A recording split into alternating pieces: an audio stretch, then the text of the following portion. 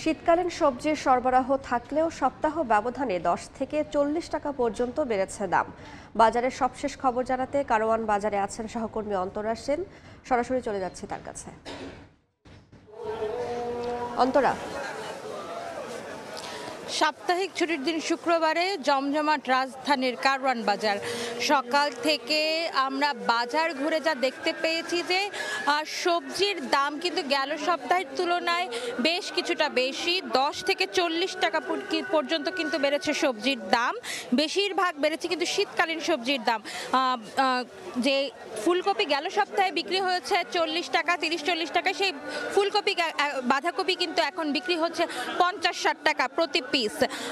সিমের কেজি কিন্তু বেড়ে গেছে প্রায় 40 থেকে 50 টাকা পর্যন্ত। গেল সপ্তাহে সিম বিক্রি হচ্ছে 60 টাকা, 80 টাকা, 90 টাকা, সেই সিম কিন্তু এখন বিক্রি হচ্ছে 130 টাকা, 140 টাকায়।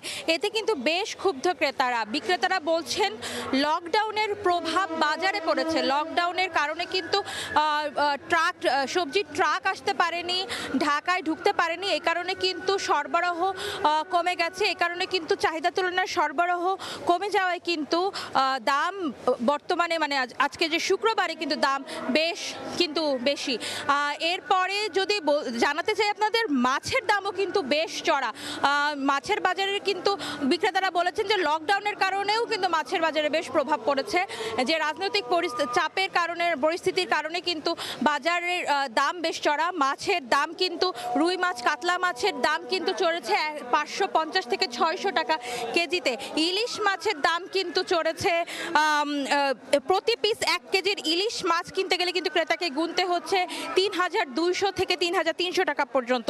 আর 1.5 কেজির 1 পিস ইলিশ যদি ক্রেতাকে কিনতে হয় তবে কিন্তু ক্রেতাকে গুনতে হবে 5100 থেকে 5200 টাকা পর্যন্ত। আর মুরগির বাজার কিন্তু এই পরিস্থিতিতে মুরগির বাজার কিছুটা স্থিতিশীল রয়েছে। ব্রয়লারের দাম কিন্তু আগের মতোই আছে 165 থেকে 170 টাকা। সোনালী মুরগির দাম কিন্তু কমেছে 10 থেকে 20 টাকা পর্যন্ত। আর লেয়ার মুরগির দামও কিন্তু অপরিবর্তিত রয়েছে। সোনালী মুরগি কিন্তু এখন বিক্রি হচ্ছে 270 থেকে 280 টাকায়। আর পেঁয়াজের দাম কিন্তু গেল সপ্তাহের তুলনায় খুচরায় 10 টাকা কমেছে।